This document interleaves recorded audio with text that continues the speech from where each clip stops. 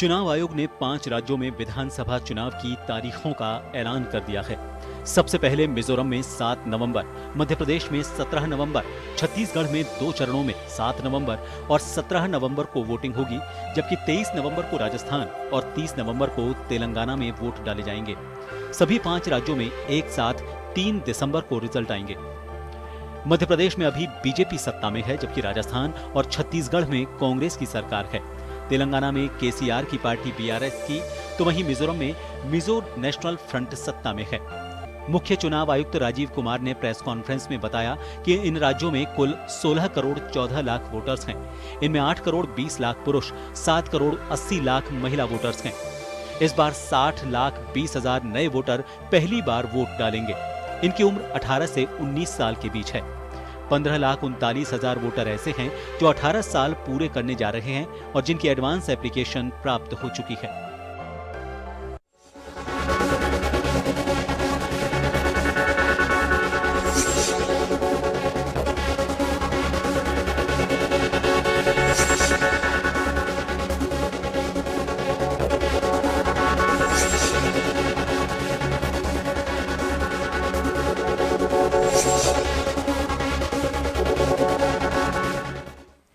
राजस्थान की सभी 200 विधानसभा सीट पर एक ही फेज में वोटिंग होगी। 23 नवंबर को मतदान होगा और 10 दिन बाद 3 दिसंबर को चुनाव परिणाम आ जाएंगे, यानी कि अगले 55 दिन में नई सरकार की तस्वीर साफ हो जाएगी। चुनावों की घोषणा के साथ ही राजस्थान में भी आचार संहिता लागू हो गई है। Mizoram, the date of poll will be 7th November and date of counting would be 3rd, which is common of course for all these states. Similarly, in case of Chhattisgarh, the elections would be in 2 phases. The date of poll would be 7th November and 17th November. In Madhya Pradesh, this coincides with the second phase of Chhattisgarh and date of poll would be 7th November. Thereafter, Rajasthan, where the date of poll will be 23rd November in one phase entirely in Rajasthan. The date of issue of Gazette notification would be 30th October and date of counting for everyone being 3rd of December. Telangana would go last to the poll and date of poll is 30th November with the date of issue of Gazette notification being 3rd of November. And the entire election process would be complete by 5th of December. बहरहाल 20 जनवरी को मौजूदा विधानसभा का कार्यकाल खत्म हो जाएगा। उससे पहले सरकार का गठन होगा और विधानसभा सत्र बुलाना जरूरी है। 2018 में राजस्थान में 7 दिसंबर को मतदान हुआ था और 4 दिन बाद 11 दिसंबर को चुनाव परिणाम आए थे। राजस्थान में राजनीतिक दलों को चुनाव प्रचार के लिए इस चुनाव में सिर्फ 45 दिन मिलेंगे। विधानसभा चुनाव में सत्ता की चाबी युवा वोटर्स के पास ही होगी। राजस्थान के लगभग 5 करोड़ 27 लाख मतदाताओं में से 51% वोटर युवा हैं। इनकी उम्र 18 से 39 साल है। इसमें पहली बार वोट डालने वाले 22 लाख 6 हजार मतदाता हैं। इसके साथ ही 2.5 करोड़ से ज्यादा महिला मतदाता भी चुनाव के रिजल्ट पर असर डालेंगी। जेंडर आधार पर देखें तो राजस्थान में 51.93% पुरुष मतदाता और 47.79% महिला मतदाता हैं। ब्यूरो रिपोर्ट, जन टीवी।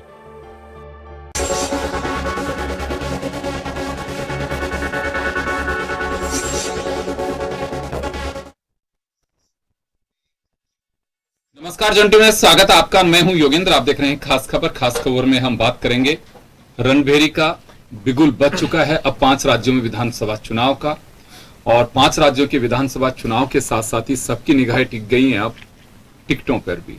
मध्य प्रदेश, छत्तीसगढ़ में कुछ टिकट पहले जारी कर दिए गए हैं, लेकिन लिस्ट राजस्थान की भाजपा ने पहली सूची जारी की है।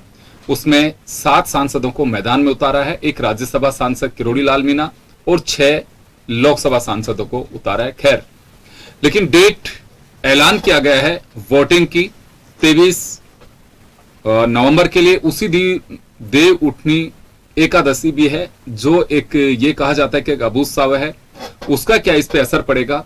खैर, 7 नवंबर से 30 नवंबर तक मतदान होगा, अलग अलग जगह पे अलग अलग डेट्स में। छत्तीसगढ़ में 2 चरण होगा क्योंकि वहां नक्सलाइट प्रभावित क्षेत्र है, वहां पे 7 और 17 नवंबर को होगा। 30 नवंबर को तेलंगाना में, 7 नवंबर को मिजोरम में और मध्य प्रदेश में 17 को और 23 नवंबर को राजस्थान में चुनाव होगा। ये मतदान होगा और मतदान के साथ साथ ही 3 दिसंबर को किसकी बनेगी सरकार, कौन बनेगा उस प्रदेश का शत्रव, ये तमाम चीजें 3 दिसंबर को खुल करके सामने आ पाएंगी। क्या क्लियर मेजोरिटी मिलेगी या फिर जिसे कहा जाता है कि त्रिशंकु विधानसभा बनी है, क्लियर मेजोरिटी नहीं बनी है। बहुत सारी चीजें हैं जो आपके जहन में तैर रहे होंगे, लेकिन ये तमाम चीजें धीरे धीरे, अभी डेट अनाउंस हुई है, उसके बाद जब टिकट अनाउंस होंगे, किस तरह की टक्कर बनेगी, क्या रोचक मुकाबला होगा, कौन सी हॉट सीट होगी, क्या हॉट सीट हॉट रह पाएगी या नहीं रह पाएगी, तो कुछ ऐसी चीजें हैं जो आप तक लेकर के हम पहुंचेंगे। और राजस्थान में अगर हम बात कर लेते हैं इलेक्शन की, तो 30 नवंबर से नामांकन प्रक्रिया शुरू होगी, जिसे हम अधिसूचना कहते हैं, वो जारी कर दी जाएगी। और आप स्क्रीन पे देख सकते हैं कि किस दिन कब किस डेट को क्या करना होगा, ये देखने वाली बात होगी। पहले ये माना जा रहा था कि श्राद्ध पक्ष है तो शायद कोई राजनीतिक दल टिकट जारी नहीं करेगा, लेकिन कर दिया गया है। बीजेपी ने 41 लोगों की सूची, यानी कि बीजेपी ने राजस्थान में पहली सूची जारी कर दी गई है, जिसमें हाल ही पार्टी का जिन्होंने दामन थामा उन लोगों को भी टिकट मिला है। कुछ लोग बागी बनकर के वापस पार्टी की मूल धारा से जुड़े हैं, उन लोगों को टिकट मिला है। सांसदों का मैं पहले जिक्र कर रहा था। इन सांसदों के जिक्र के साथ साथ ही 2 महत्वपूर्ण चौंकाने वाले टिकट काटे गए हैं। एक राजपाल सिंह शेखावत जो झोटवाड़ा से हैं, वसुंधरा के खास माने जाते हैं, उनका टिकट काट करके राज्यवर्धन राठौड़ को दिया गया है। दूसरा टिकट भैरव सिंह शेखावत के दामाद नरपत सिंह राजवी का काटा गया है, जो विद्याधर नगर से चुनाव जीतते हैं। उनकी जगह दिया कुमारी को दिया गया। खैर, हमारे साथ इस वक्त तारीखों के ऐलान और बीजेपी की सूची, उस पर हम चर्चा करेंगे। हमारे साथ राजकुमार शर्मा जी हमारे साथ में भाजपा कांग्रेस से हैं, हमारे साथ गिरधारी सेपट जी आम आदमी पार्टी से हैं और राजेश चौधरी जी बीजेपी से हमारे साथ में जुड़ रहे हैं। राजकुमार जी, पहला रिएक्शन चाहूंगा मैं। 41 लोगों की सूची जारी की है बीजेपी ने और इस सूची में कई रोचक नाम भी हैं। कर्नल बेसला के पुत्र हैं देवली उनियारा से उन्हें टिकट दिया गया है। सुभाष महरिया हाल ही बीजेपी में वापस लौटे थे, वो अगर टिकट डोटासरा को मिलता है लक्ष्मणगढ़ से तो उनके सामने चुनाव लड़ रहे हैं। तो कुछ एक पहला रिएक्शन आपका इस लिस्ट पे चाहूंगा मैं। देखिए योगेंद्र जी, भारतीय जनता पार्टी ने जो आज अपने 2023 के चुनाव के लिए पहली लिस्ट जारी की है, निश्चित तौर पे उस लिस्ट में छोटे कार्यकर्ताओं का और जो भारतीय जनता पार्टी के वरिष्ठ नेता थे उनका और वसुंधरा राजे का बहुत घोर अपमान किया गया है। भारतीय जनता पार्टी ने आज 6 तो अपने सांसद लोकसभा के उतारे, 1 राज्यसभा के सांसद उतारे। तो भारतीय जनता पार्टी ने साबित कर दिया कि उनको अपने जो क्षेत्र के छोटे कार्यकर्ता हैं या जो जमीन पे लगातार 5 साल तक विधानसभा क्षेत्र में काम करते हैं, भारतीय जनता पार्टी का झंडा लेकर के जो दौड़ते रहते हैं, आज उन कार्यकर्ताओं का कहीं ना कहीं भारतीय जनता पार्टी ने अपमान किया है। और ये इस बात से साबित भी होता है कि भारतीय जनता पार्टी अशोक गहलोत जी को पटकने देने के लिए लगातार इस तरह के प्रयास करती आ रही है। निश्चित तौर पर अशोक गहलोत जी बहुत ज्यादा मजबूत कांग्रेस पार्टी के इस वक्त नेता हैं और भारतीय जनता पार्टी के आला नेता अशोक गहलोत जी से बहुत परेशान है। वसुंधरा राजे के खास जो माने जाते हैं राजपाल सिंह शेखावत जी का भी टिकट काटा गया है और भैरव सिंह शेखावत जो राजस्थान के मुख्यमंत्री थे, उपराष्ट्रपति थे, राजस्थान से राजपूतों के बड़े नेता माने जाते हैं, हिंदुस्तान के बड़े नेता माने जाते हैं, आज उनके परिवार का भी टिकट काटा गया, जो लगातार से 2 बार से विधायक रहे। तो निश्चित तौर पर भारतीय जनता पार्टी ने अपनी हर जगह हिटलर राज दिखाया। भारतीय जनता पार्टी ने पहली सूची आई है, माना जा रहा है कि शेखावत परिवार को टिकट कहीं दिया जा सकता है। भारतीय जनता पार्टी ने पहली लिस्ट में यह साबित कर दिया है कि हम दोनों की हिटलर राज भारतीय जनता पार्टी में चलेगी, चाहे भैरव सिंह शेखावत जी का परिवार हो, चाहे वसुंधरा जी का परिवार हो। तारीखों की बात करें तो तारीखों को लेकर के, तारीखों का चुनाव आयोग ने जो घोषित किया 23 नवंबर, ये अबू सावा होता है, बहुत बड़ा दिन माना जाता है। देव उठते हैं उस दिन, देव उठनी 11 जिसको बोला जाता है। गांव में बहुत शादियां होती है, अबू सावा होते हैं, सामूहिक विवाह बहुत सारे होते हैं, साधनों का अभाव होता है, लोग अपने गांव में शादियों में व्यस्त रहते हैं, 5-5, 7-7 दिन के सावे होते हैं, लगातार उन दिनों में शादियां होती है, गाड़ी घोड़े तमाम चीज, हलवाई, ये तमाम जो चुनाव में टेंट सामान वगैरह तमाम चीजें बहुत महंगी होगी। निश्चित तौर पर चुनाव लड़ने वाले उम्मीदवारों को कठिनाई होगी और मतदाताओं को वोट देने के लिए भी बहुत ज्यादा कठिनाई महसूस होगी, ऐसा मेरा मानना है। जी चलिए, गिरधारी सेपट जी हमारे साथ आम आदमी पार्टी से जुड़े हुए हैं। गिरधारी जी, क्या लगता है आपको, तारीखों का ऐलान हो चुका है, कितनी तैयार है पार्टी आपकी इन डेट्स से साथ में जनता के बीच जाने के लिए? योगेंद्र जी, हमारी पार्टी आम आदमी पार्टी सबसे पहले तो सभी प्रदेशवासियों को लोकतंत्र के महापर्व यानी चुनावों के लिए बहुत बहुत शुभकामनाएं देना चाहती है। ज़्यादा से ज़्यादा लोग मतदान करें, अपनी सहभागिता दर्शाएं और एक साफ सुथरा स्वच्छ लोकतंत्र जनता को जो मिलना चाहिए वो मिले। और इसी के साथ में आम आदमी पार्टी आज विगत 1.5 साल से पूरी तैयारी कर रही है और उसमें सारा संगठन का ढांचा है वो पूर्ण रूप से तैयार हो चुका है। जगह जगह रैलियां हो रही है, तिरंगा यात्राएं हो रही है और प्रत्येक विधानसभा में हमारी जो है बड़ी बड़ी सभाएं हो रही है। और आने वाले समय में हम एक ट्रांसपेरेंट, भ्रष्टाचार मुक्त एक शासन देना चाहते हैं जनता को। और जिस तरीके से बीजेपी और कांग्रेस दोनों पार्टियां एक दूसरे पे आरोप लगा के, छिटाकसी करके और जाति, धर्म और इन तमाम परिस्थितियों को बना के और एक दूसरे पे जीतना चाहती है, हम चुनाव जनता को लड़ाना चाहते हैं और जनता को ही जिताना चाहते हैं। पहली बार ऐसा है कि लोकतंत्र में राजनीति के बजाय लोकनीति को ज्यादा प्रमुखता से लिया जाएगा और आम आदमी पार्टी इसके लिए जन जन के पास जा रही है, गांव गांव, ढाणी ढाणी जा रही है, door to door Kejriwal ji की जो गारंटियां हैं वो बांट रही है और जनता को जागरूक कर रही है और जनता को एक स्वच्छ और स्वतंत्र लोकतंत्र चुनने के लिए प्रेरित कर रही है। साथ ही मैं ये भी कहना चाहता हूं कि लोकतंत्र में जिस तरीके की बाहुबल, धन बल का जो उपयोग होता है उस उपयोग को चुनाव आयोग को सीरियस लेना चाहिए और निश्चित रूप से रोकना चाहिए, क्योंकि जो बाहुबली और धनबली जो लोग आ जाते हैं लोकतंत्र में तो आम आदमी चुनाव लड़ने की सोच भी नहीं पाता है। और उसके साथ साथ में जो भ्रष्टाचार रूपी जो जड़ है वो और ज्यादा मजबूत होती है, इससे लोकतंत्र कमजोर होता है, व्यवस्थाएं बिगड़ती है, विकास अवरुद्ध होता है। तो मैं जनता से यही अपील करना चाहता हूं कि एक स्वतंत्र, साफ सुथरा, स्वच्छ नेता चुने और धनबल और बाहुबल के चक्कर में ना आए। और साथ में चुनाव आयोग से भी अपील करना चाहता हूं कि आज जिस तरीके से 1 नेशन 1 इलेक्शन की बात करते थे, आज 5 राज्यों का चुनाव भी 1 तारीख को नहीं करवा पाए, तो इसका मतलब आपकी जो योजनाएं है वो फौरी है। और साथ में चुनाव आयोग में TN सेशन के दौरान जो सुधार की प्रक्रिया चली थी आज कहीं नजर नहीं आ रही है।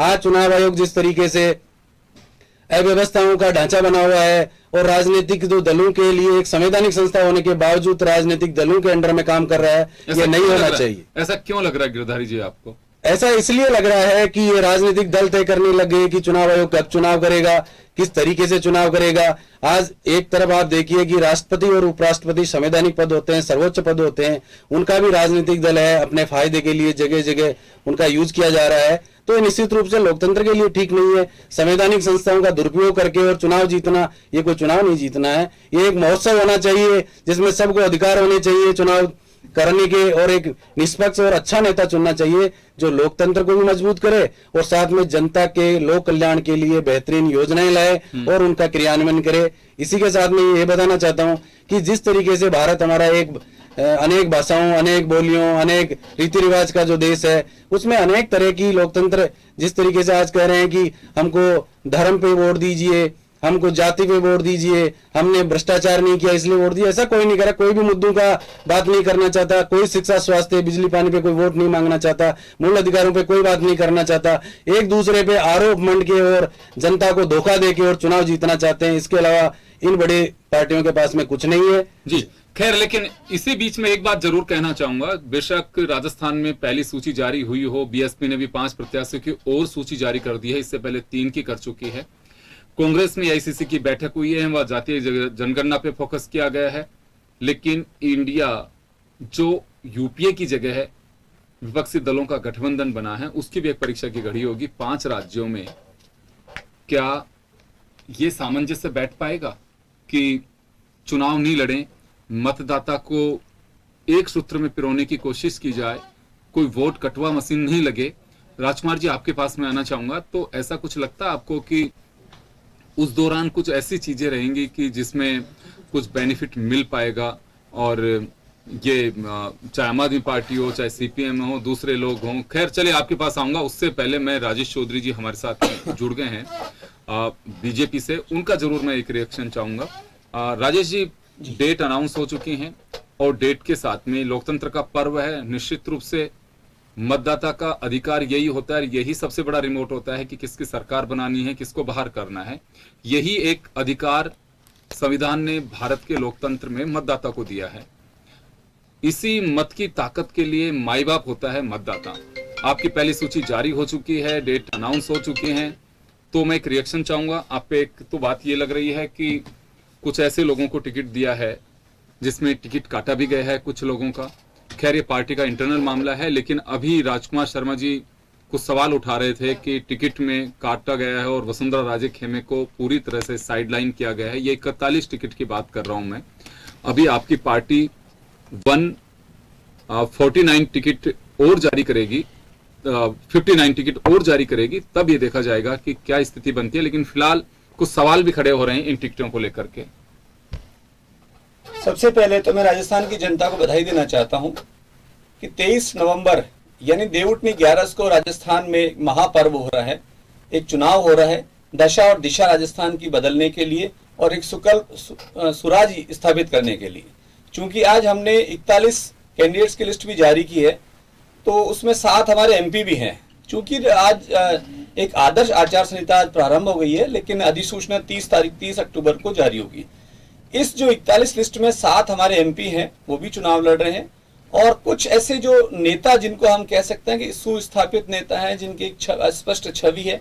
तो आज जैसा राजस्थान में भारतीय जनता पार्टी कार्यालय में और लोगों में जहां जहां 41 टिकटें डिक्लेयर हुई है, उन सब की जनता में भारी उत्साह है। और मुझे ऐसा लगता है कि जो 41 टिकट है, ये तो बिल्कुल इस माहौल में है। आप देखिए सभी जगह, चाहे मीडिया हो, व्हाट्सएप हो, जितने टीवी चैनल्स हैं, न्यूज चैनल्स हैं, उन सभी लोगों में जनमानस में एक उत्साह है कि हम ये चुनाव भारतीय जनता पार्टी जीत रही है। दूसरी इसके बनस्पत, अभी जैसे आपने कहा, हमारे भाई राजकुमार शर्मा जी ने भी कहा कि वसुंधरा जी को साइडलाइन किया गया है। सबसे पहले तो मैं ये कह दूं कि हम तो चलो चुनावी मोड़ पे हैं, कांग्रेस कहाँ है? कांग्रेस तो एक मंच पे ही नहीं खड़ी हो पा रही है।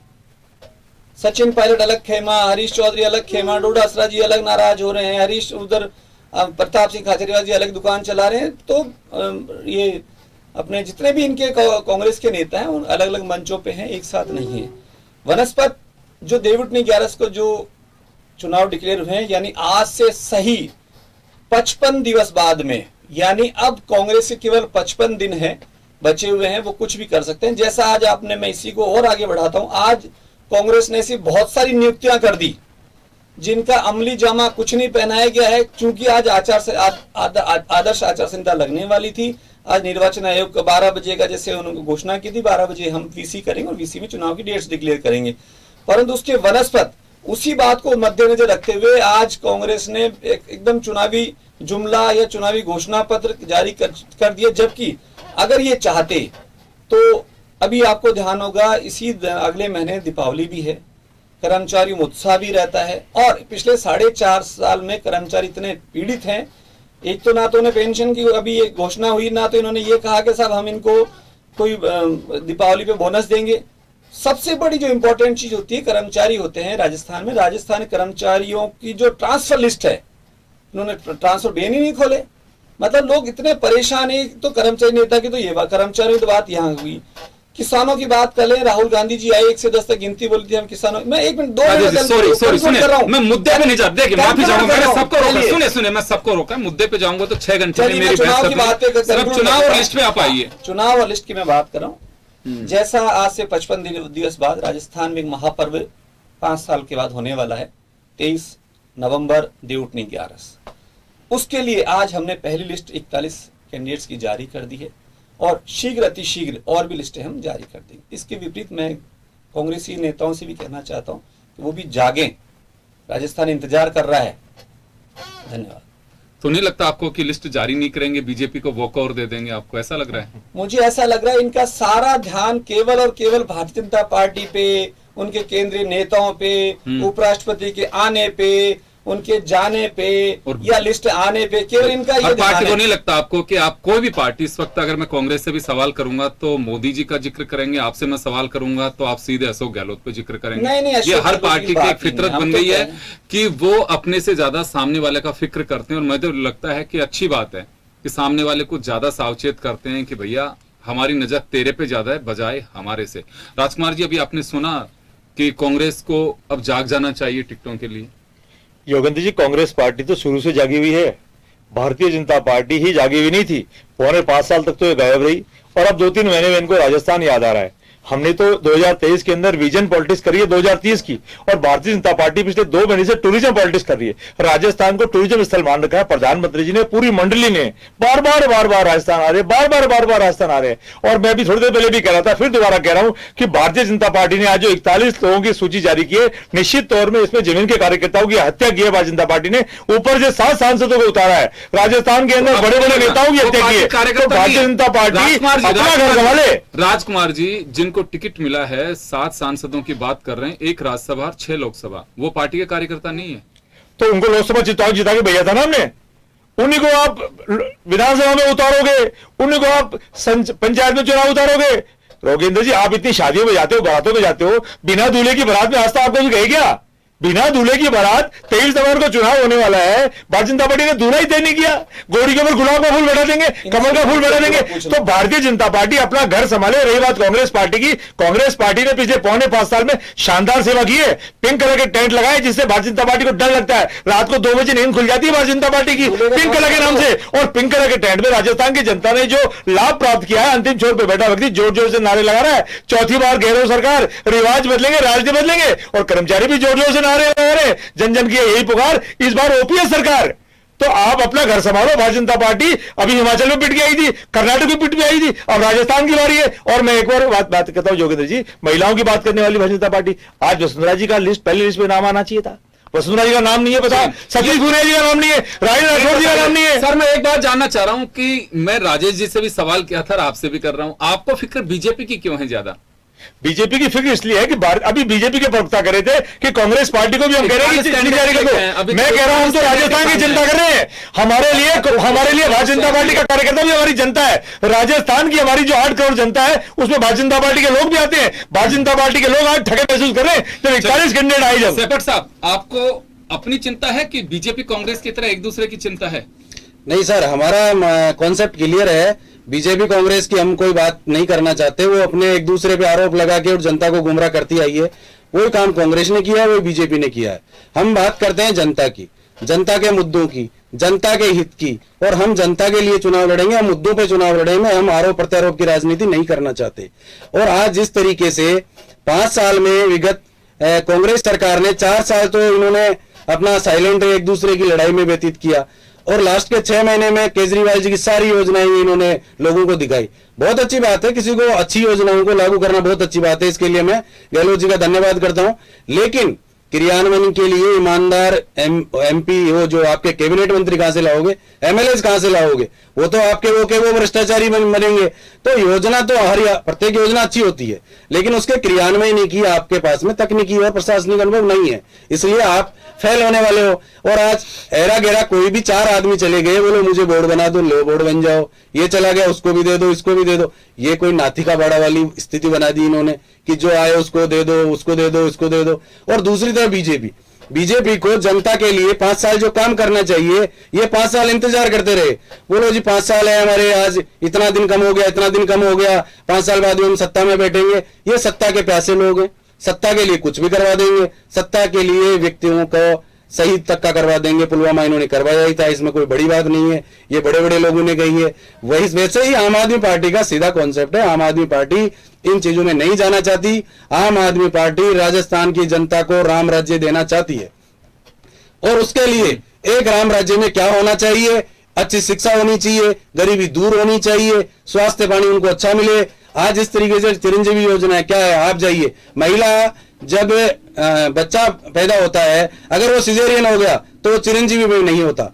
आपका आंख का ऑपरेशन है, आप जाइए पता कीजिए, चिरंजीवी योजना में जाइए, आंख का ऑपरेशन है पर लेंस डलेगा, चिरंजीवी योजना में नहीं है। तो भाई 25 लाख का कर क्या रहे हो, ये तो बताएं जरा, ये जनता को बताइए कि आप चिरंजीवी योजना में क्या दे रहे हो। चले, मैं मुद्दे पे लौटूंगा। मैं नेक्स्ट टाइम जब भी हम चर्चा करेंगे तो मुद्दों को भी एक आधार बनाएंगे। चिरंजीवी योजना उसमें एक बड़ा, यानी कि हेल्थ पॉलिसी एक बड़ा मुद्दा होगा। हम तमाम अतिथियों को उस वक्त आमंत्रित करेंगे।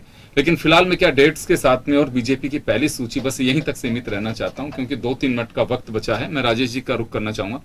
राजेश जी, खैर चलिए, अपनी अपनी पॉलिसी है कि पार्टी किसको टिकट देती है, किसको नहीं देती है, किस पे दाव लगाना चाहती है।